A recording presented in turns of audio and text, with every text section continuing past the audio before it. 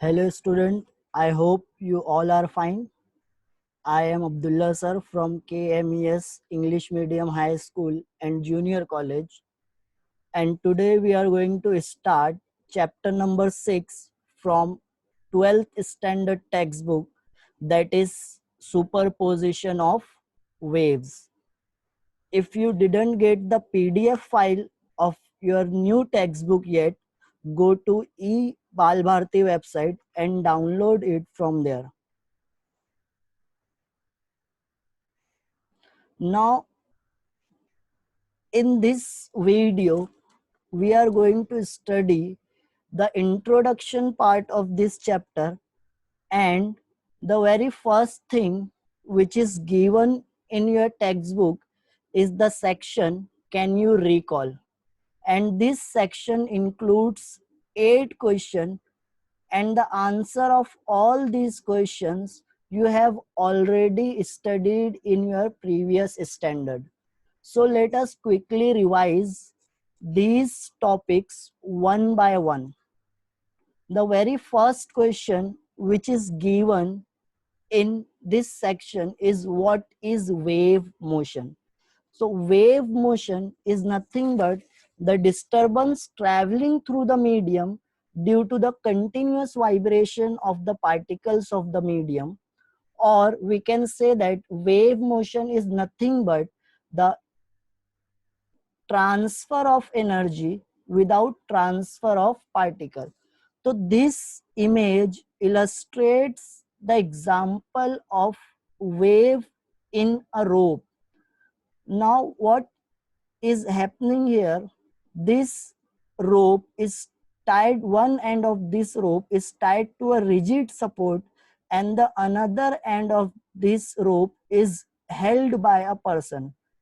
This blue arrow indicating the motion of energy or direction of propagation of energy, while this red arrow indicating the movement of hand and rope, or we can say that this red arrow indicating the direction of motion of the particles of this rope. So what happens when this person start giving the pulse? This rope will set into the motion, and the energy will travel in the direction of this blue arrow, while the particles will vibrate in the direction of this red arrow, which is up and down. So the vibration of the particle is up and down, and the motion of the energy is in forward direction. So here particles are not moving from one end of a rope to the another end. It is the energy which is moving from one end of a rope to another end. So in order to understand this more clearly, let us see one illustration.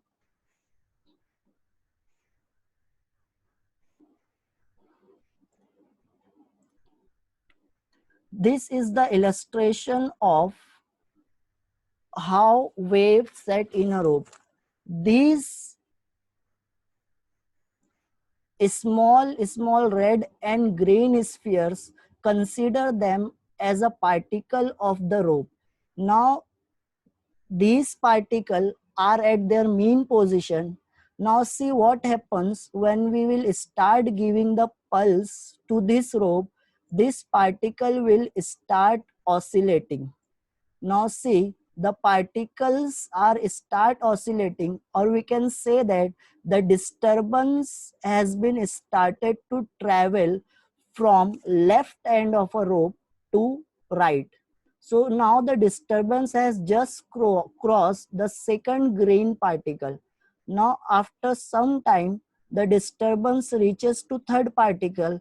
Then after that, the disturbance reaches the fourth particle, and then fifth, sixth, and so on. So here, what is happening? The disturbance is traveling in forward direction. The disturbance is traveling in forward direction, but how the particle is moving? Let us see this green particle. This green particle is moving up and down, that means it is oscillating about its mean position. This green particle is not moving from one end of the rope to another end. So let us see one more time. This is the disturbance which is just started to move in forward direction. Then after some time it has reaches a certain, it has been covered a certain distance, then after some time it has been covered a certain distance. So what we are seeing here, this disturbance is traveling in forward direction, but particles are not traveling from one end of the rope to another end. Particles are oscillating about their mean position. So what is wave motion? So the answer of this question is, wave motion is nothing but the disturbance which travels through a medium due to the continuous vibration of the particles of the medium, or we can say that it is the phenomena of transfer of energy from one end of the medium to another end, and here particles are not traveling a distance from one end of a medium to another. So wave motion is nothing but the transfer of energy, not transfer of particle. The next question which is given in is a wave pulse. What is a wave pulse? So a wave pulse is referred as only one time disturbance. So if a person is giving just one bump to the rope, that is called as a wave pulse. In order to see that, let us see this animation. So what is happening at a time, only one bump is traveling along the medium. So that one, this one bump is called as one pulse. Only one time disturbance is called a pulse. So the pulse is traveling, only one pulse is traveling into the rope. So this is your one time disturbance, this is your pulse. So the next question which is given in your textbook is, what are common properties of wave? The very first thing which is given, the very first property is amplitude. And amplitude is nothing but the maximum displacement of any particle from its mean position. And the SI unit of amplitude is meter. So when the wave is set into the rope, the particle start oscillating about its mean position, and in this image, this topmost part, this is the maximum distance the particle can reach.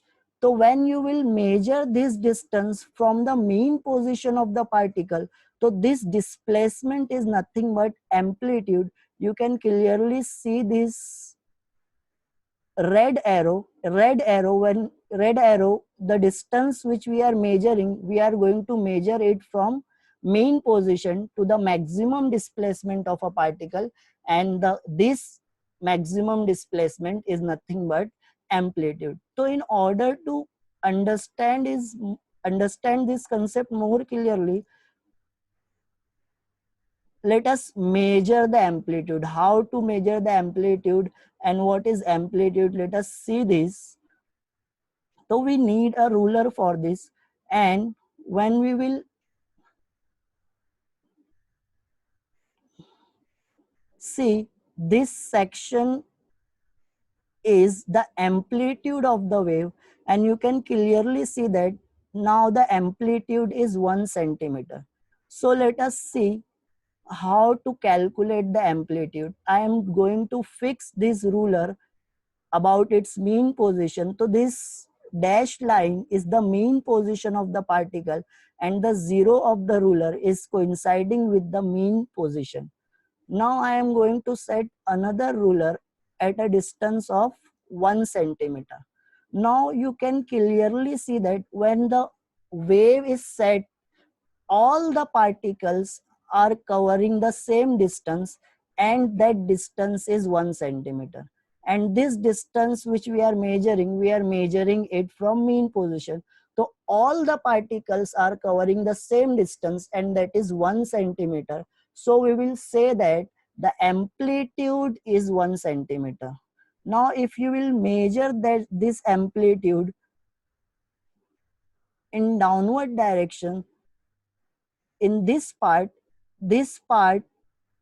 is also, in this part the particles are also covering the same distance. So in downward direction they are covering the 1 centimeter distance, as well as in upward direction they are covering the 1 centimeter distance from their mean position. So we will say that this is the amplitude, and the amplitude of this wave is 1 centimeter, that equals to 10 raised to minus 2 meter.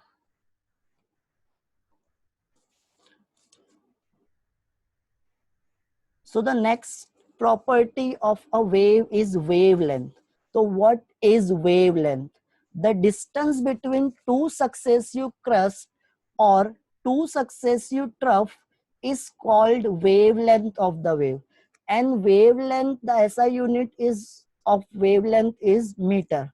So what is crust and what is trough? So this topmost part of the wave, the blue dot, is called as crust. Now another crust will be here. So these are the two successive crusts, and the distance between these two crusts is nothing but wavelength. And also if you will measure the distance between two successive trough, it will be the same distance, and this distance, the distance between two successive crust and the distance between two successive trough, is called as wavelength. Now let us measure the wavelength of a wave. How to measure the wavelength? So here the waves here are traveling through a medium. We are going to increase the frequency, and now this topmost sphere, this part is called as crust, this part is also called as crust. So we will say that these are the two successive crusts, and we are going to measure the distance between these two successive crusts. As you can see that the distance is almost 3 centimeter. So we will say that the wavelength of this wave is 3 centimeter. Now we are going to measure the distance between two successive troughs, and the distance between the two successive troughs is also 3 centimeter. So either you can measure the distance between two successive crusts or the distance between two successive troughs, it will be the same. And in this case, the wavelength of the wave is 3 centimeter, but if you want to measure it in meter, it will be 3 into 10 raised to minus 2 meter. Now next property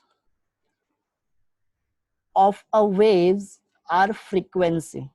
And what is frequency? Frequency is denoted by small m, and it is nothing but the number of vibration per second by a particle, and its SI unit is hertz.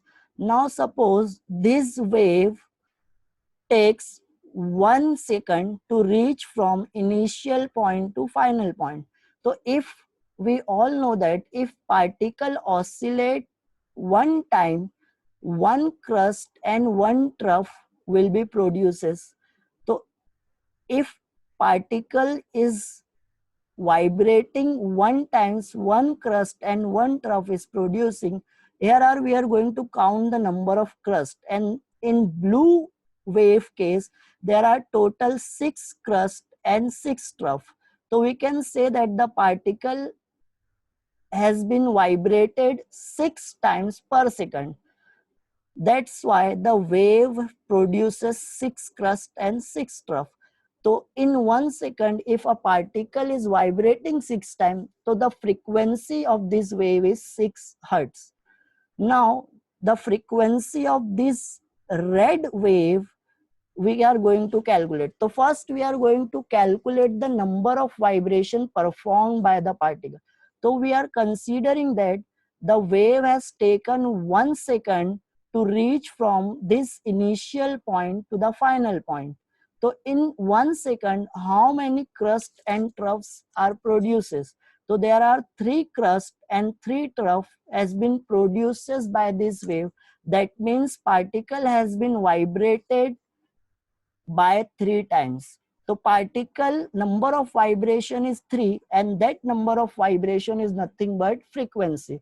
So the frequency of red wave is 3 hertz, while the frequency of blue wave is 6 hertz, and we can clearly say that the blue wave have higher frequency than red wave.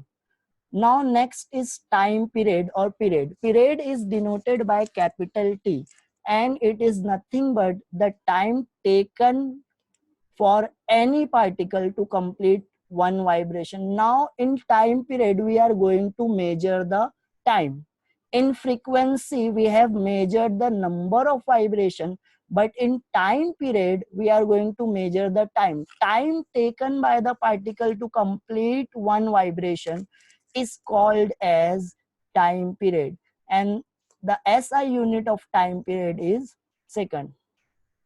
Now next question which is given, that is what happens when a wave propagates.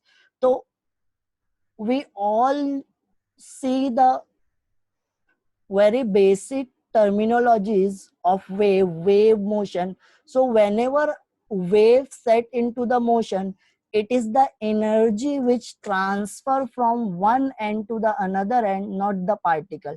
You can clearly see this in this animation. This particle is oscillating about its mean position. This particle is not moving from one point of the medium to another. But what is moving? It is the energy which is moving from one point of a medium to another point. So what happens when wave propagates? Energy will be transferred from one point of a medium to another point of a medium, and particle will oscillate about their mean position. These are the two important things which is happening here. Particles is vibrating about its mean position, and energy or disturbance is traveling from one end of a rope, one end of a medium to another end of a medium. Now next thing which we are going to learn is very important thing, that is types of wave. So waves are broadly classified into two categories. One is mechanical wave and another one is electromagnetic wave. So what is the main difference? So mechanical wave required a material medium.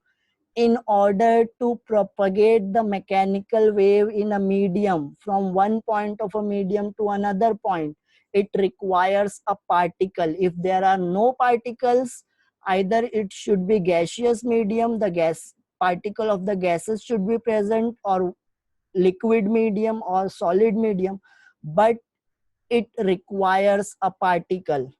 If there are no particle in the medium, suppose it is vacuum where there are no particles present, so mechanical wave cannot propagate in that case. But in electromagnetic waves, it is completely opposite scenario. Electromagnetic wave do not requires material medium, means electromagnetic wave can propagate through vacuum also.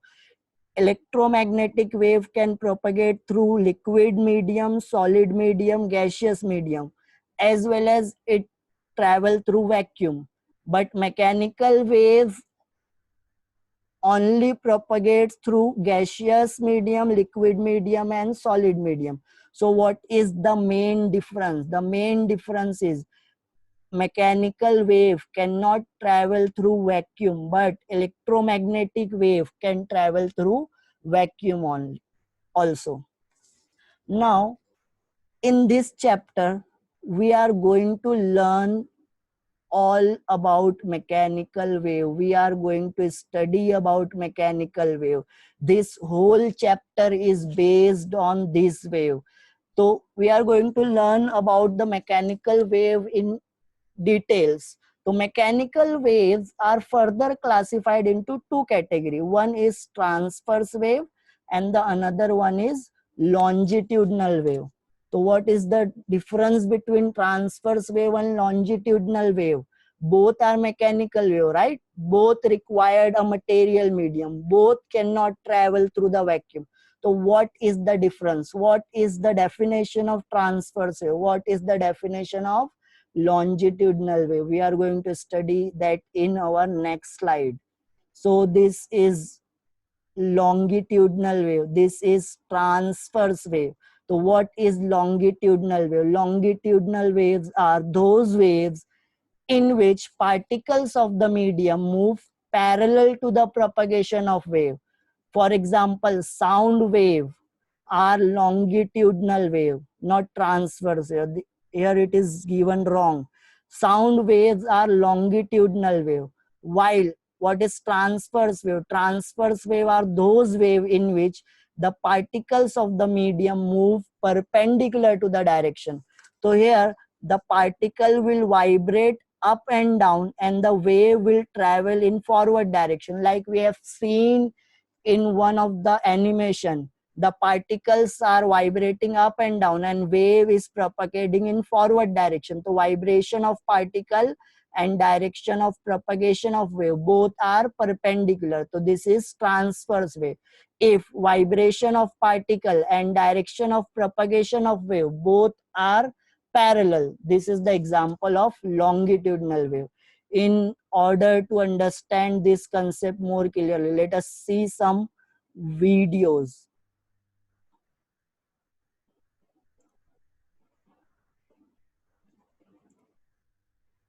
So in longitudinal wave, these are the particles which are moving in back and forth, and the wave is also traveling in this direction. So this is your longitudinal wave. Transverse wave, particles are moving in upward and downward direction and wave is traveling in forward direction. Let us see one more time. What is longitudinal wave? Particles will move back and forth and wave is also travel in this direction. So see, the particles are moving back and forth and wave is also moving in the same direction. Now transverse wave, the particles are moving up and down, but wave is traveling in forward. The vibration of particle and propagation of wave both are perpendicular. So it is the example of transverse wave. Now we are going to see an animation of longitudinal and transverse wave.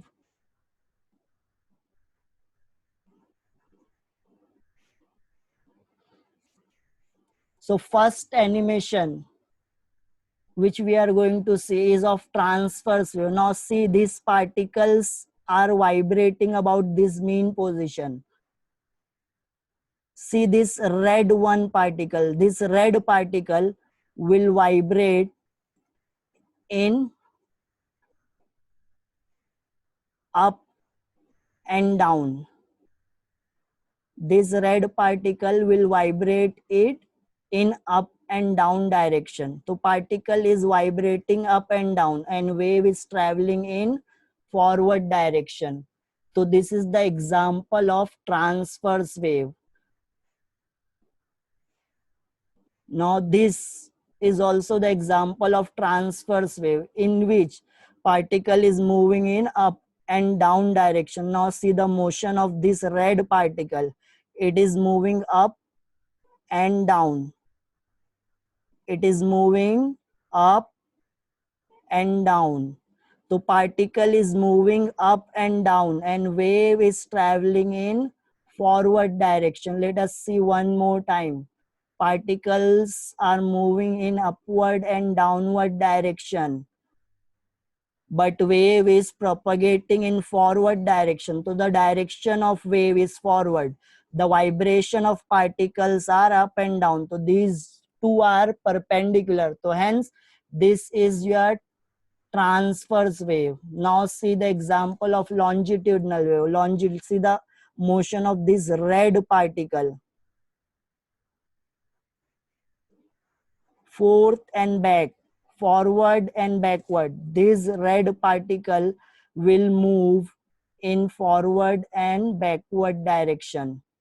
Now see one more time. This red particle will move in forward and backward, and wave is also propagating in this direction.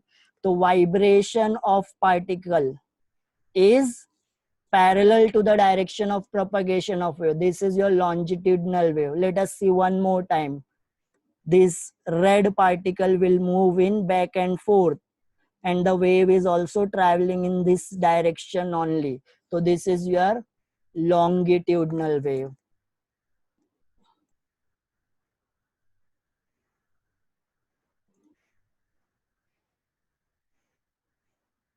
Now when longitudinal wave set into the medium is alternately divided into rarefaction and compression. What is compression? What is rarefaction? To the region of the medium in which particles are crowded. This region is called as compression. Particles are very close to each other. Particles are compressed. That's why this region is called as compression. So longitudinal wave produces compression and rarefaction. What is rarefaction? The region of the particle in which particles are more separated.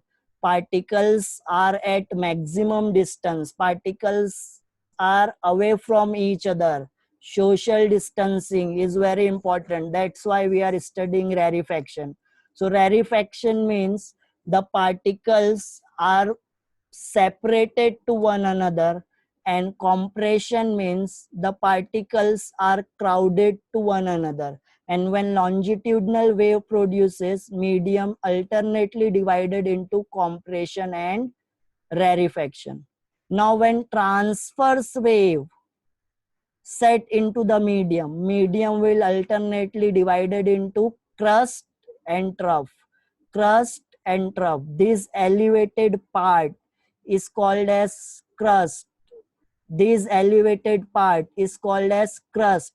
This bottommost part is called as trough. This point is called as trough. So when transverse wave set into a motion, it will alternately divided the medium into crust and trough. Trough, crust, trough, crust. We will alternately get them. So this is your transverse wave. Transverse wave means crust and trough. Longitudinal wave means compression and rarefaction.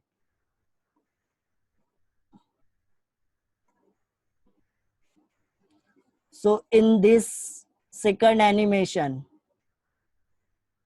see this elevated part. This is called as crust, which is traveling in forward direction. This bottommost part is called as trough. This is crust, this is trough, and crust and trough are alternately. When transverse wave set in a medium will alternately divided into crust and trough. When longitudinal wave set into the motion, this region particles are crowded, so this is called as compression. See one more time. Compression is traveling, and this region is called as rarefaction. So longitudinal wave produces compression and rarefaction, while transverse wave produces crust and trough. Now the next part, this is the last question. Sound. What are sound waves? Sound waves are a longitudinal wave.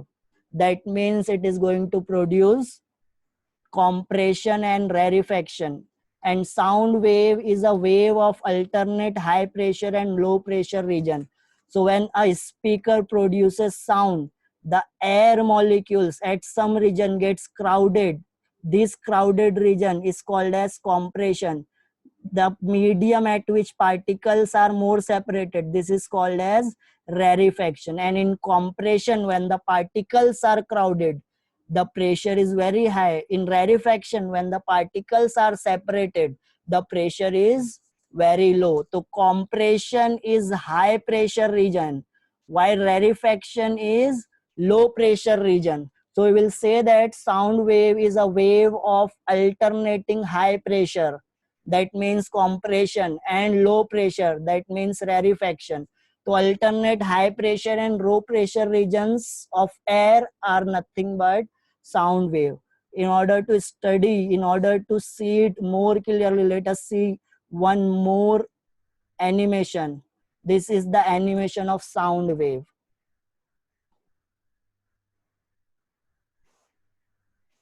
Now this is the speaker which is producing the sound, and this sound wave is traveling to the ear of a person, right? This is observer which is observing the sound. So this is our general understanding that how sound produces. When a speaker is producing sound wave, it is traveling in forward direction and reaches to the observer. This is sound wave which is produces by this speaker, and it is traveling in the medium and reaches to the person. Now what is happening to the molecules of the air? There is a molecule in between the speaker and the observer. So let us see the motion of the molecule.